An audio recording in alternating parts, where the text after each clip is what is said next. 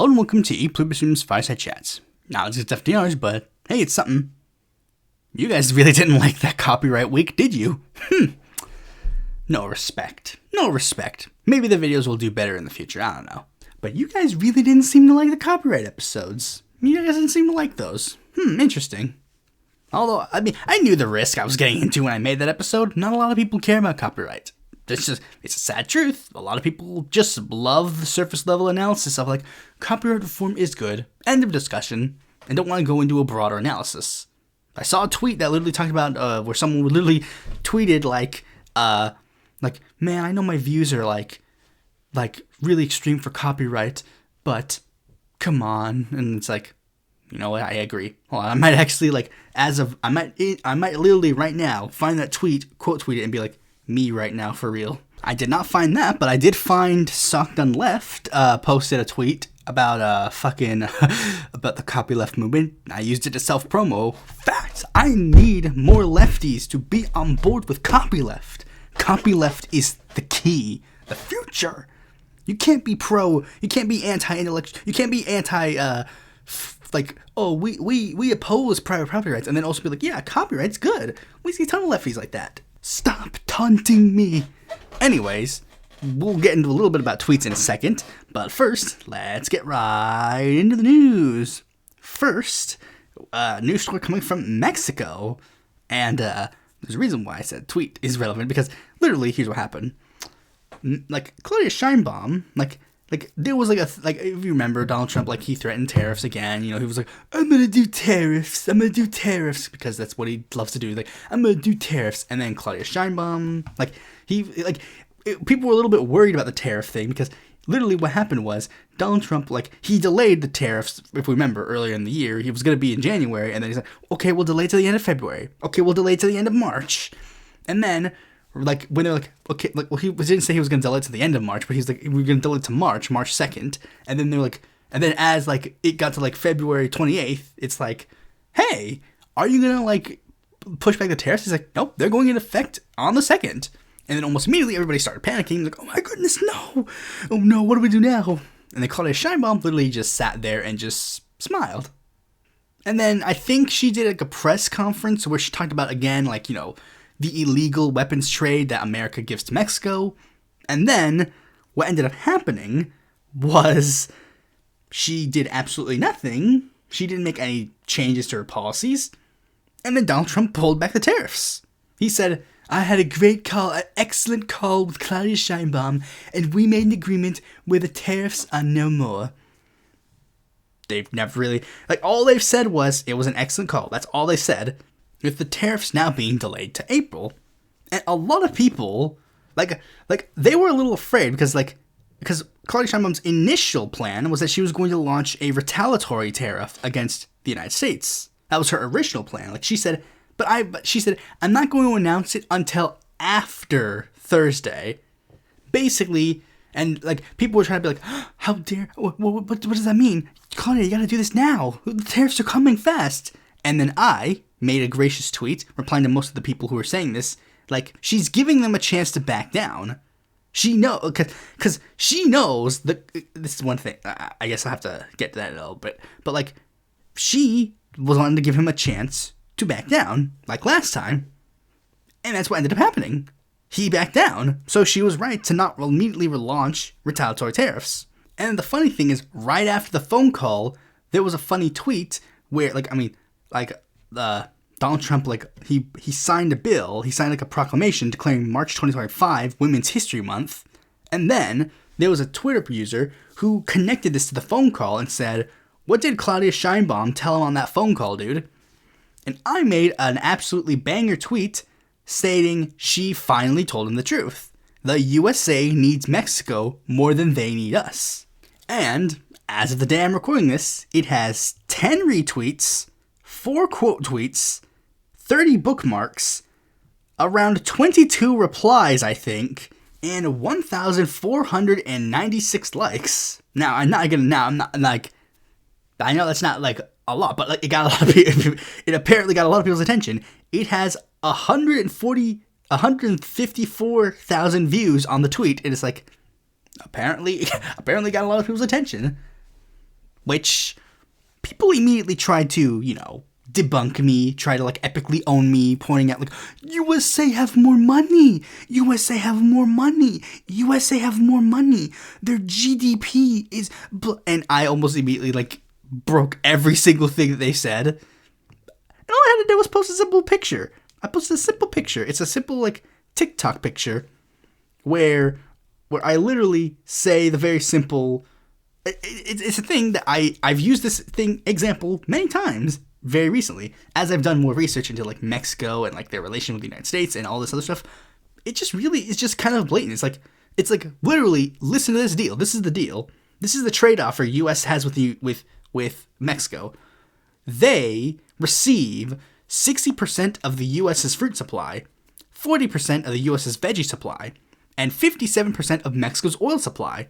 And in return, America gives Mexico Lay's potato chips and 70% of their illegal weapons. How is this deal working for Mexico? That's one of the things I keep seeing. Like, and it's the same thing with the GDP. They're like, GDP. This makes a percentage of GDP. It's like, dude, who gives a shit about GDP? GDP is nothing. GDP is fucking nothing. I don't give a shit about the magic line that says that some billionaires are doing good. I don't give a shit. That means nothing. And that's the thing I kept pointing out to them multiple times over. Like, a lot of them kept spamming the same thing. Like, one of them used the fucking, like, Google AI search to debunk them. And it's like, dude, that doesn't even, a lot of times it doesn't even show your case. I've literally went on Google, and their AI feature, literally, it will say something in the blurb, and I will click the link, and it will say the exact opposite in the link. And a lot of people really went so far as to just be, like, really racist. Like, I mean, there's one liberal, like, I mean, this is a liberal. Like, I mean, one of the people was, like, a fascist who follows, like, 15 pedophiles, and they're, like, this white dude saying the N-word, and it's like, wow, cool, edgy, wow, you're so cool. Ida's didn't do the same thing in, like, fucking, like, 15 years, what? Then there was this one person who was, like, a liberal, like, they're explicitly a liberal. I checked their feed, they're, like, a liberal. And then, literally, the first thing he was saying was, you don't even have an air force, assuming that I was Mexican, you don't even have an air force because the U.S. would view any territorial invasion of your land as a direct threat to them. We would conquer your country again, by the way, in less time than we did it the first time. Oh, by the way, you're poorer than Texas, who also beat you in a war. Even trying to debunk me by saying that you have literally less resources in the United States. Which is what I literally just said. Like, this is the point that I'm trying to make. Like, most people, like, they literally are just like, oh, but U.S. have more money. It's like, money means nothing if you don't have the resources. And Mexico beats us in the resources. As I said, Mexico gives us 60% of our fruit, gives us 40% of our vegetables. We receive 57% of their oil.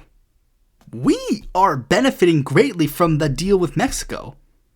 But as we've seen, as I've shown you in the videos, and as people keep mentioning, it's like, they keep saying, like, oh, Mexico, like, this is the thing, they kind of, like, literally showed their case. They're like, they kept, like, being like, Mexico's a shithole. It's like, so you're agreeing that the deal didn't work out for Mexico? Because if you're saying Mexico is a shithole now, after their long deals with the United States, how is this to prove that, like, America benefits Mexico in any capacity? Like, literally, in Mexican history, the one president that said fuck America and then started self-sufficiently relying on their own resources, Lázaro Cárdenas, he is not only one of the most popular Mexican presidents, he was also one of the most beneficial Mexican presidents in Mexican history. He was able to implement massive education, massive land redistribution. Like, he was able to help a lot of people with a lot of things that he did. And he couldn't do that because in the past, Mexico and America's relationship was so tight, like with other Latin American nations, that it's like, oh, we control everything about your economy, essentially. And that's the beauty of Sheinbaum. She is like, I've said this before in the show. I might make a poll about this because I'm just gonna be a front and just ask. Like, I think I'm coming off as like a third worldist. I have no clue if I actually am a third worldist. I don't really know, even know what that fucking means in a real broader sense. I know there's like a third worldist Maoism. I'm not that. I'm not a Maoist, but like, But like, I'm literally just like, I want Latin America to be like, you know what? Fuck America, Russia, China, whoever else. No. You guys need us. You guys need us. We're here to make a deal, but we need a deal that benefits us. Africa too. Africa has been fucked over as well. Like, Latin America and Africa have been fucked over. They've been fucked over greatly by the United States, Europe, and even, like, to an extent, Asia. But it's not going to be that way for long. These nations are learning to be self-reliant. They're actually, well, it's not that they're learning to be self-reliant, it's that they have to reteach themselves to be self-reliant, because in the past, whenever they wanted to be self-reliant, US would come in and be like, doo-doo-doo-doo-doo, poof, poof, poof. So now they're officially becoming self-reliant again. Like, I said this in the thread multiple times, like, have US end all trade with Mexico. See what happens. We would implode. Like, all these people who like America first, America needs to like rely on their own whatever. It's like, America does not have the resources to do that at all. America's like the one nation that really cannot. We're an import economy, not an export economy, losers. All right, let's move on to the next story. It's a twofer. It's a twofer, both related to Israel. I'm going to start off with this one first, even though this one is a bit more of a domestic story, and I usually start with foreign stories, but, you know, I just wanted to say this because I just want the funny thing about it. Okay, so the State Department is apparently going to use artificial intelligence to revoke visas of foreign students who appear to be, quote-unquote, pro-Hamas. Translation, they're going to use this against people who are pro-Palestine. Secretary of State Marco Rubio is launching an AI-fueled catch and revoke effort to cancel the visas of foreign nationals who appear to support Hamas or other designated terror groups, senior State Department officials tell Axios. The effort, which includes AI-assisted reviews of tens of thousands of student visa holders' social media accounts, marks a dramatic escalation in the U.S. government's policing of foreign nationals' conduct and speech. The reviews of social media accounts are particularly looking for evidence of alleged terrorist sympathies expressed after Hamas' October 7, 2023 attack on Israel.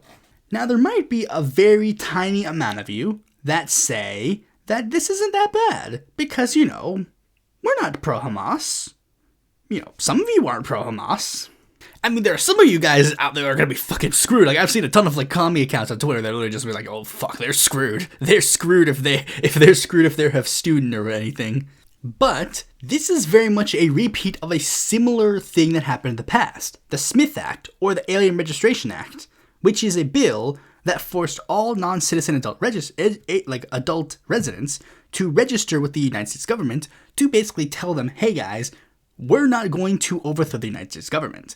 And by that, they just mean anybody who supported any, like, political ideology that was not, quote-unquote, exactly the same as, like, every single other thing about the U.S. government, i.e. communists, like communists and socialists.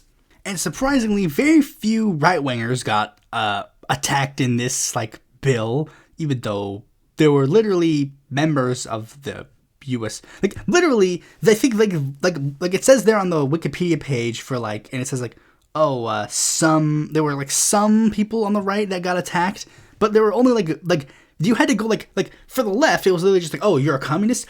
Attack you. But on the right, it's like, oh, you literally had to, like, I mean, literally, I'm just gonna say it, one of the few people on the right that got attacked by this bill was George Sylvester Viereck, the guy who literally worked on behalf of the Nazi government to disseminate Nazi propaganda in the United States. But in this case, of course, that's not going to actually happen. In this case, it's like, oh, only the ones who, like, wants to bring peace in the Middle East, they're going to do that too. Not the people in the United States government that are being paid by Israel to disseminate Israeli propaganda in the United States. Those guys, no, don't touch them. But these guys, oh, these guys are seriously bad hombres. Although, there's actually another thing that's very funny about this. Like, because listen to that word. It was the wording that's like, oh, people who are considered foreign nationals who are considered pro-Hamas could get in trouble because of this. And you know who this would actually mean?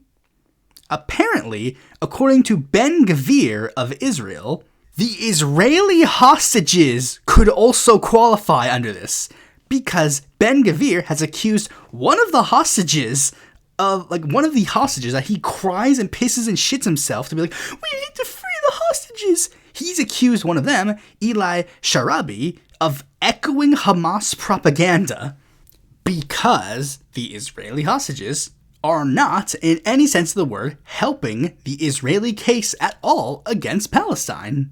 The hostages only exist in the abstract, and they only benefit them as, like, martyrs. That's all they benefit them as. But when they're actually, like, human beings, like, actual human beings with, like, opinions and beliefs, all of a sudden it's a bridge too far. This has happened multiple times in Israel, where Ben-Gvir invited the hostage, like, families of the hostages, like, come here, guys, let us talk about your experiences and talk about your family members, blah, blah, blah. And then the hostages' family members would like, fuck Ben-Gvir. Again, Ben-Gvir is ruining them. They're trying to kill our family members because they are dropping bombs on them. They're not negotiating a peaceful settlement to this matter. And then Ben-Gvir was trying to do a photo op with them, like hug them, be like, oh, I feel so bad for you. And they're like, get your fucking hands off me, you piece of shit, you, fuck you. There are, like, videos of, like, Palestinian hostages, like I was gonna correct myself, but no, Palestinian hostages, like, Palestinian prisoners that are being, like, we're releasing them, and it's like, they're, like, literal twigs. They're fucking twigs. They look like Holocaust victims, literally. I normally refrain from using, like, Nazi analogies in the fucking Israel case, just because, you know, it feels kind of ewy, but, like, in this specific instance, he looks like a goddamn concentration camp man. Meanwhile, the, like, prisoners that were, like held by Palestine and Hamas, literally were just, like, let go, and it's like, they're well fed, they're well kept. Many of them said that they were allowed to do Jewish prayers. They're like, they basically say that they were treated pretty well, which makes sense in a logistical sense. It's like, if they're being held hostage, you want to use them as like, even in the most uncharitable example that you can give to Hamas's intentions, like, of course they want to keep them alive and well-fed and well-kept because they need to use them as fucking leverage. You dumbasses. Of course they're going to treat them good. If they did anything bad to the hostages, then it's like, then what's stopping Israel from, like, just running in and finishing the job? Apparently not even that, because according to them, the prisoners are Hamas now. Hear me now, quote me later. When the deal that Donald Trump gives to Israel goes through, Israel's going to plow through Gaza, they're going to kill everybody there, they're going to kill the Hamas, they're going to kill the hostages, and then they're going to lie and say that the hostages were killed by Hamas, even though their bullets are the ones who killed them. Fact. That is 100% going to happen. I guarantee you that is probably what's going to happen. And people like Ben-Gvir, they're saying these stories now, like, oh, the hostages are Hamas. They're trying to gear up the Israeli citizens to be okay with that. It's the same thing when they go to the fucking, like, schools, and they're like, aw, man, we look at this like Palestinian school and look at all this, but what's this? We pulled a pristine, perfect, sealed copy of Mein Kampf. It was just here. It's so perfectly clean. There's no debris on it at all. It was here, but it was here. Yeah, guys, totally. Let's move from one bad issue to another. Kind of relating to the previous week's theme, copyright related issue. Nintendo has sadly won a piracy lawsuit against a file sharing website. Nintendo has won its legal battle against DStorage, the French company it accused of hosting pirated games on its file sharing website 1fichier.com, in a press release sent to outlets like Eurogamer and GBA Temp. Nintendo says a French court agreed that 1fichier.com is liable for failing to remove or block access to unauthorized copies of Nintendo games stored on its platform. This has apparently been a legal battle that's been going on since at least 2021, where Paris ordered DStorage to pay Nintendo $1.13 million for failing to remove pirated games, despite warnings from Nintendo. And DStorage tried to appeal the decision, but ultimately, of course, they sided with Nintendo. Their further statement goes, Nintendo is pleased with the court's finding of liability against DStorage and believes that it is significant not only for Nintendo, but for the entire games industry.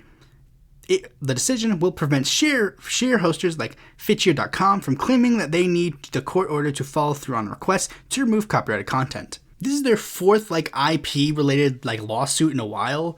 They sued the company Yuzu, a developer who was creating a Nintendo Switch emulator, resulting in it shutting down completely, and another Switch emulator named Rujinx, and also sued the developers of Palworld for infringing on its patents because Nintendo was like, hey, how dare you make a Pokemon game better than us? So they said we own the patent of I saw the picture of this. I don't know if this is a real picture, but if this is a real picture, I'm just genuinely what the fuck are you talking about? They had a picture. It was a picture I saw where Nintendo, it was like a patent. It was like a thing that looked official, where it's like a drawing of a child throwing a ball at a creature. It's like, are you seriously making the claim that you own the patent of a person throwing a ball at a creature? Are you insane? Dude, it's so fucking funny. It's so fucking funny. Like, I'm a huge Nintendo fan, and yet I just fucking hate their company's politics so much. I hate it. I hate it. I hate it with every fiber of my being. Nintendo and Disney are sort of the epitome of, like, the backwards company that refuses to adapt and evolve. They live in a world where they're like, no, we will not allow any emulations of our games, and also we will never sell those games ever. But as Nintendo said, you shouldn't go to onefitcheer.com. You should under no circumstances go to onefitcheer.com. I repeat, you should not under any circumstances go to onefitcheer.com. Not at all. You should not go to onefitcheer.com. Under no circumstance should you go to that site. Under no single circumstance should you ever go to that site.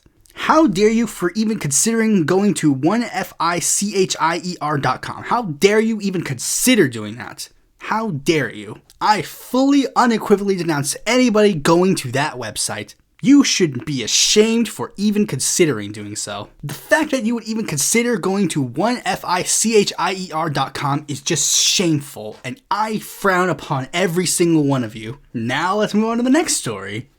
A somewhat good news story, actually, surprisingly. Huh? In this economy? Who would have guessed? Now, for those who don't know, Donald Trump held a speech that many people call the State of the Union, but is apparently technically not the State of the Union, because it can't be the State of the Union, because he hasn't had a union, he hasn't had, 1 year in office yet. This is just basically like him saying, hey, this is what I'm gonna do, because presidents have been given this ability to do so for a little bit now. Usually, back in the olden days, the State of the Union literally was, 2 years into their term, but people, I guess, are just itchy for, a speech. And, sure enough, I didn't watch the speech because I didn't care. I didn't care about Biden's. I watched, one Biden State of the Union, and that's it. It's I kind of got what I need. I got what I need. I don't really care about anything else. But I'm not even going to watch any of the Trump State of the Union speeches because I don't care. I know what he's going to say. He's going to say bullshit. He's going to say inane ramblings. So I don't care. And Democrats are going to do nothing about it. Because literally, here's what they do. Half the Democrats are just not going to show up. And then another half of the Democrats are just going to sit there and do nothing. And sure enough, that's what happened. There was more disruptions in Trump's first State of the Union than there, I guess technically it was the first State of the Union that he did. There was more, drama there than there was in this term, because of course Democrats are limp dick and don't want to do anything, but there was a little bit of an interesting thing. It wasn't even, things that were, negative. Literally, during Trump's first State of the Union, he applauded the fact that in the 2018 term, more women had ever been elected to Congress than ever, and AOC and a bunch of the other newly elected women started dancing and cheering, and then Donald Trump said, "You weren't supposed to clap at that." But even that was a bit of a disruption to his speech. But this time, their drama was holding up signs and color coordinating. Even sadly, Rashida Tlaib just held up a sign. It's that's a bit disappointing. There is one thing that might explain why she didn't do more, and it was because of the one Democrat that did actually do something, Al Green, where during the first minutes of the speech, Al Green stood up and started yelling at Donald Trump. And then people were like, "The member will be ordered to sit down. He needs to maintain order in this house." And then he just kept yelling and screaming at Donald Trump. And then he was forcibly dragged out of the chamber, and people were happy. People were "Oh my goodness, Democrats doing something? That's crazy. Who would have guessed?" And then we learned very quickly why he wasn't allowed to do that. Because, first, there was the big reveal where, Hakeem Jeffries, again, showing how fucking incompetent and stupid he is as a leader, literally is just Democrats don't do anything. He just told them point blank, don't do anything. No, nothing. He told them, hey, color coordinate your outfits. So a bunch of them just wore pink. It's wow, that's insane. Again, most people point out this fact, you guys were spending the entirety of the last term saying that Trump is a danger to democracy. He's an evil person. comparing him to fascists, comparing him to Hitler, and your response is, wear pink shirts. They literally, like, pointed that out. Like, it's like, think about it. You're going to say that he is a fascist, and then, like, to protest his fascism, we're going to wear a pink shirt. With Al Green Al Green stating that the reason why he did that is because specifically Trump's Medicaid and Medicare cuts. A thing that Dems have been claiming that they want to fight for to maintain, keep them intact. And then, due to that fact, he got punished. The House voted to censure him. And then 10 Democrats said, yes, let's censure him.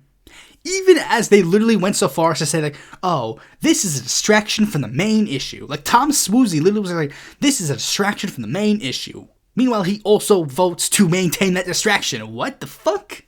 And of course, there were a couple of things that people pointed out. One, I guess I'll just address this because I don't know when I'm going to do it. I might lose my train of thought, but it's pretty obvious why Rashida Tlaib didn't do anything, because in any other case, she would have fucking done something, but she's been censured before. I don't know if this is a thing where it's strike two, you're out, or whatever, but clearly she doesn't want to be censured again. So clearly she's being a bit more play ball. But another thing that people point out is the fact that multiple Republicans have protested and disrupted State of the Union addresses before. There's a very famous interaction where Obama gave a speech and then a Republican yelled, "You lie!" Where was his censure? People point out the fact that Marjorie Taylor Greene and Lauren Boebert have disrupted Biden's State of the Union address multiple times. Where were their censures? Al Green disrupts Trump. He gets censured. Coincidentally, all those previous representatives that disrupted other presidents, they were white. Just pointing it out there. Just pointing it out there. Al Green is not white. Just pointing it out. Just pointing it out. I'm not making any assumptions, but I'm just saying. 3 are white, 1 was black. The black one got censured. I'm just saying. Now, it makes sense why Green did it. I don't know if it's because I was gonna say that I was gonna make a comment about Green possibly wanting to retire. I don't know if he's going to retire. I don't think he is, but it makes sense why Green just did this, because it's if you pay attention, Green's been one of the most openly anti-Trump Democrats from the beginning. I think literally a couple of days into after Trump's first inauguration, he introduced the first impeachment inquiry. Literally, just immediately, just let's impeach him. I mean, is he generally better than most Democrats? I don't really know. He's above average, I guess. If I were to put him on a tier list, I'd put him in B, a B tier maybe a B plus or A minus or whatever. I mean, generally he's not that bad. He's taking J Street money, which Track APAC was really mad about, and then after he did this, it's oh, now we love him. We love Al Green now. But he did vote and is currently teaming up with Rashida and Ilhan on a couple of bills. He did sexually harass someone, but apparently he's friends with them now, and it's that's a bit interesting, whatever. Not to say that about a possible sexual harassment allegation, but literally, according to the story, it seems they were really she was really hard on I'm gonna sue you, but then after John Conyers actually was forced to resign, they reneged everything. I really don't know what the fuck that was about. I'm not saying that he's great, but I'm just saying maybe we could afford to not primary this seat, just saying. Anyways, last story coming from Texas, because we can't have all good things come from Texas. A Houston lawmaker has proposed a bill that would charge transgender Texans with fraud. Under HB 3817, Texans could be charged with gender identity fraud for identifying as a sex different from the one that they were assigned at birth. Last year, the state of Texas barred transgender residents from changing their sex on state-issued driver's licenses and birth certificates to match their gender identity.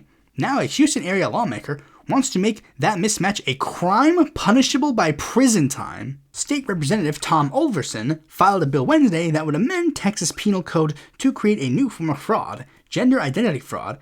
A person who commits gender identity fraud by identifying the person's biological sex as the opposite of the biological sex assigned at birth, committing gender identity fraud under the proposal would be a state jail felony, the lowest level of the felony in Texas. A person found guilty would be subject to up to 2 years in prison and a $10,000 fine. The transgenocide is here. I'm sorry. Guys, I'm just being upfront. Guys, I'm sorry. But there was a thing that went on about this, that like this specific bill probably won't pass, because it's just like this bill is like a bit too far. It's more just like the fact that they're even introducing this law is a problem. Like just like literally just blatantly they're trying to make it illegal to be trans.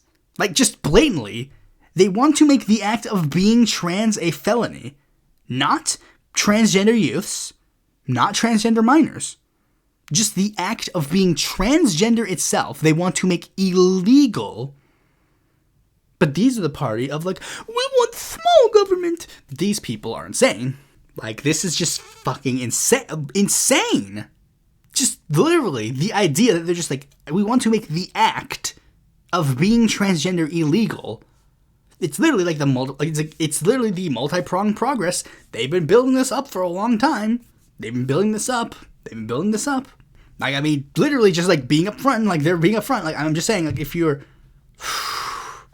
like, I mean, all I can really say is like, trans people, be wary, be safe, be cautious, and no matter what, there's gonna be a lot of people that still stand for you. I will be one of them. In the wake of people like Gavin Newsom literally trying to throw trans people under the bus, and the fact that the Democrats want to throw trans people under the bus, fuck those people. Fuck them. They deserve nothing and you deserve everything. Trans rights are non-negotiable for me, because human rights are non-negotiable to me. With that out of the way, let's move on to the main topic of this video. I don't know how much of a main topic this is going to be. This is a relatively short one. I didn't really... I kind of just did this just because, the election was coming up. Just whatever. And when I say coming up, I mean literally. The election is, as of the day I'm posting this, tomorrow. And, it very obviously is topical, for certain reasons that we'll get into. First, I guess we'll have to talk about the prelude/importance. And I'm going to be blunt. I'm not going to sit here and claim that I have the massive knowledge of the politics of Greenland.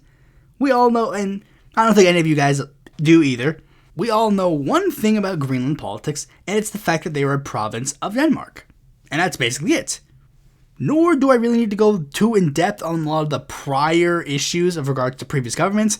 This isn't a Latin American country. It's not one where we have to go like, here's like the broader analysis of this. Well, I could possibly. There's really no point because Denmark is a pretty stable European democracy.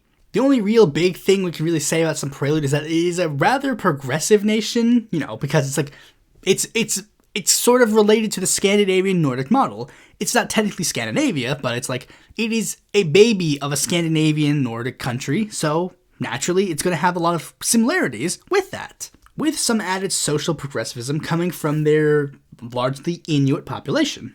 And I will briefly use this time to talk about the fact that I'm probably going to restructure the way this series goes. Traditionally, the way I did this was I talked about the prelude and importance, then I kind of talked about the issues in the election, then I talked about the parties/contenders in the elections, then I'd go on to some events that happened during the election, polling, then conclusion/support. But for this one, I've decided to go in a different direction. Now, I'm going to restructure so that the issues come after the party/candidates, because sometimes I like to kind of like I was kind of like vague in some previous ones, when it's just like, no, it just probably fits better for me to just go with the parties, let you know the contenders, and then actually get into the issue so I can be more in depth about where the parties might stand on the issues. Alright, now let's go on to the parties/candidates. This one's actually pretty interesting because this is a pretty simple one. There are 6 party lists that have been approved for the election. Now you may notice, on the thumbnail, there are only 5 party logos. That's because this first party does not have a logo. I could probably take a wild guess what their logo will be once I get into it. Their party name is Kullok. And many of you are going to start getting sad and mad because I'm apparently going to actually try and pronounce the original Inuit names. Because I think a majority of them are like Inuit-ish. Like, I don't know the name of the official language. On Google Translate it says like, I don't know how to pronounce that, and I'm not going to even try, but I'm going to try with these ones, because these words are easy. These words look easy. And this name is a specific reference to a specific type of Inuit lamp, also called a kullok. This party is a broadly populist party, supporting ideas like swift Greenland independence, draining Greenland's oil supply, and supporting fishery. They are led by fisherman Carl Ingemann, who was well known for leading a protest that supported fishermen. The next party is Atasut. The closest English words to it would be like solidarity or together. Aptly, their logo is also two birds joining together. They are a liberal conservative party who has some ideological planks like privatization of public industries, Greenland cooperating with the EU and NATO, giving people a citizen's income, like a Georgius type thing, and wanting to keep Greenland as part of the Union. But not necessarily, they're not like hardcore, they want to be like sovereign, I think they were like really hardcore, Union people, but they're a bit more they're like, yeah, we like our sovereignty, but we also, think that being in the Union is also beneficial. Their leader is a politician by the name of Aqualu Jeremasian. The next party is Demokratit, or in English, the Democrats, or Demokratene in Danish, a liberal political party that supports reforming education standards, reforming housing, economic liberalism, and hardcore Danish unionism, really hardcore. As I said before, Atasut was originally the de facto union party, but then came they started shifting, sovereignty is not that bad of an idea, but we still kind of generally want to be part of the union. But Demokratit was not in my house, so they're the new hardcore union party. Their leader is Jens Fredrik Nielsen. The next party is Nalarak, with the literal translation being point of orientation, which is why I'm using the names in the original language and not their literal translations. A centrist political party that supports Greenland independence. Their leader is a former cabinet member by the name of Pelle Broberg, who is apparently very controversial in politics in Greenland because of some controversial statements he made while he was a member of the cabinet in September of 2021. First, he stated that he really wanted to ban the term rigsfællesskab. What does that mean? It is Danish for the Commonwealth. That's the more common translation nowadays, but the official translation is the unity of the realm, which is used for Danes to not only support them and Denmark, but also the Faroe Islands, and we are all the same, we are all unity, we are united, the realm is ours. He felt that that is a Danish supremacist statement and said, I don't really feel comfortable with this term, so I think I should ban it, because he's, most Danish politicians have Inuit ancestry, so they're of course they're a little bit Danish supremacy, that sounds a little bit like white supremacy, yikes. But then also went so far as to state that if Greenland were to hold a referendum on their independence, he was I really don't think it's fair that Danes get a say in this matter. So I think only ones with Inuit ancestry should be allowed to vote in it. Which was so controversial that he was kicked out of the cabinet. So clearly, they're at least trying to be the more hard line in that sense. Because I did a quick double glance, and it's not that the other parties don't have Danish names, it's that the Democrats were the only ones that hardline advertised we have a Danish name. Meanwhile, the other ones, they have it, but also don't really do anything with it, except for Nalarak. Because I'm pretty sure that their main electoral base is probably going to be Inuit people, which is very ironic considering some future party names I'm going to say. The next party is Siumut, literal translation, forward, a social democratic and pro-independence political party. They are led by former Minister of Labor, Erik Jensen, who defeated their incumbent prime minister in a leadership election, thinking that he was not meeting the needs of their local politics. Not much stuff from a platform that I can see, really, from them. And the last party is Inuit Ataqatigiit, or Community of the People, a democratic socialist and left-wing nationalist political party.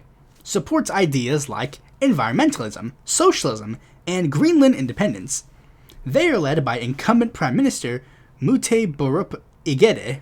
Now, as you could probably have guessed by all the parties I've listed, one of the major issues of this election is Danish unionism / Greenlandic independence. All the parties have made it very abundantly clear where they stand sort of on the issues. Demokratiet is like the hardline, we are super pro unionism. Adasut being like a more generally like, yeah, we're pro unionism, but like, kind of like, not as fine. Quilek and Nalarek seem to be like really hard, like we are super pro independence. Meanwhile, Simuit and Community for the People, yeah, I'm gonna spare you the last one. I'm gonna spare you the last one. That one, long name. Those two parties, while they support independence, they're also not like we're gonna rush independence immediately. Kinda like they wanted to. They were building. Like here's the thing, they were building up for this election to be an independence referendum. Like they were planning like, okay, we're gonna like they planned like when they first got into office, like, okay, we're gonna like, because like those two parties are in a coalition together. They were building up like, okay, 2021, we're gonna get elected, we're gonna make a case for independence, we're gonna build up momentum. Then when the next election rolls around, we're gonna run on the idea of independence and possibly make an independence referendum a big issue for this election. And then they were going to put an independence referendum, and then presumably they'd be able to negotiate with the Danish government to form an actual pathway to independence. And there was actually something that happened in this election, like in this term, that actually made their case really noticeable. You see, right before the election, around the late 2010s, early 2020s, a prominent Inuit psychologist named Naha Blyberth made public a story of her past, where she was 13 years old at a routine physical, and then a doctor decided to give her an intrauterine contraceptive device, an IUD. For those who don't know, it is a device that is used to prevent pregnancies from happening. So they just sterilized her, essentially. And she published her story basically like, yeah, this is a pretty fucked up thing that happened to me when I was younger. And was asking around like, hey, is this like a common thing that people had going on? And then it turns out many other Inuit women came forward saying, oh yeah, that wasn't just me? Huh? And then, like shortly afterwards, Igede got elected, and he was like, wait, hold on, huh? This is a bit weird. Let's do an investigation. And while the investigation has not ended, the results we have seen thus far shows that 4,500 females between the 60s and 70s were forcibly sterilized.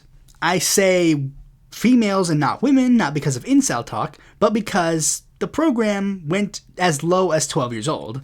Now, for those who don't know the notability of that number, at that specific time period, only 9,000 people in like Greenland at the time could get pregnant. So literally half of the population that could have got pregnant were forcibly sterilized. Now, why does the time period matter too? Well, the time period matters because I assume like that's the specific time period that they were looking at, but also it matters because before 1991, Greenland did not control their own healthcare. Denmark controlled their healthcare. The doctors were working on behalf of Denmark. So naturally, Igede was like, hey, hold on, this is really fucked up. Did the Danish government perhaps, possibly, maybe, hypothetically, participate in a genocide campaign against the Inuit people of Greenland?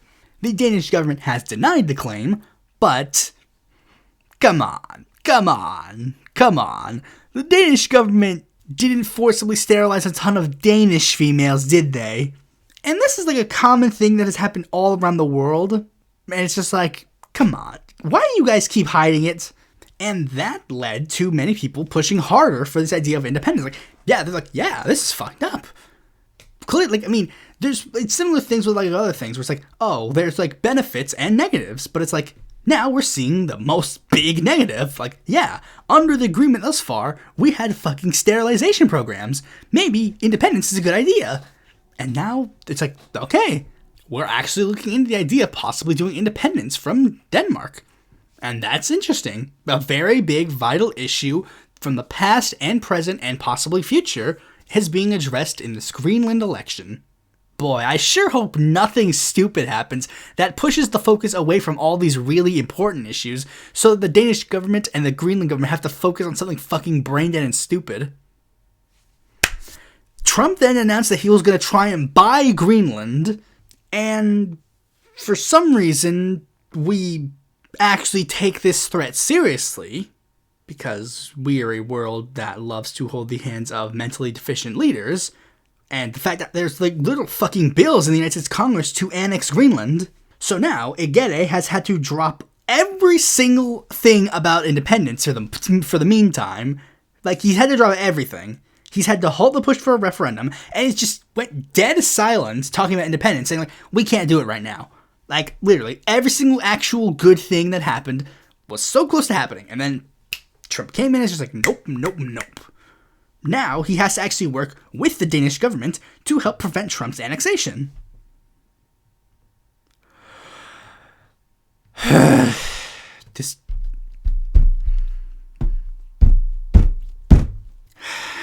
There wasn't much info I could find on the actual elections, on the actual events of the election, and there's only one poll that I have found of the election.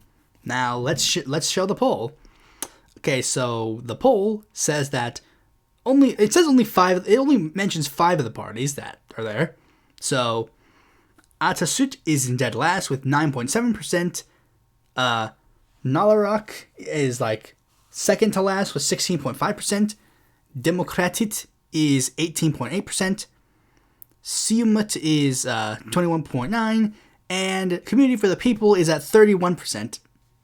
And, makes sense. There isn't that many people in the Greenland parliament. Literally, currently the Community for the People has 12 seats, and Siumut has 10. So it's they have a supermajority, but they're tiny. Saying, shock of all shocks, I'm just gonna say bluntly, we should support Community for the People. I don't know how we can. We're Americans. I presume a majority of you are Americans. But if you're a person from Greenland in my audience, and you still haven't made your mind about voting, Community for the People, let's go. Hopefully you'll get your independence, finally. And that's all I gotta say on that. Hopefully the Community for the People will win. Thanks for watching this video. Be sure to like, comment, share, subscribe, and click that bell to find a future video of mine comes out. And if you want some more content from me, consider supporting me on Patreon.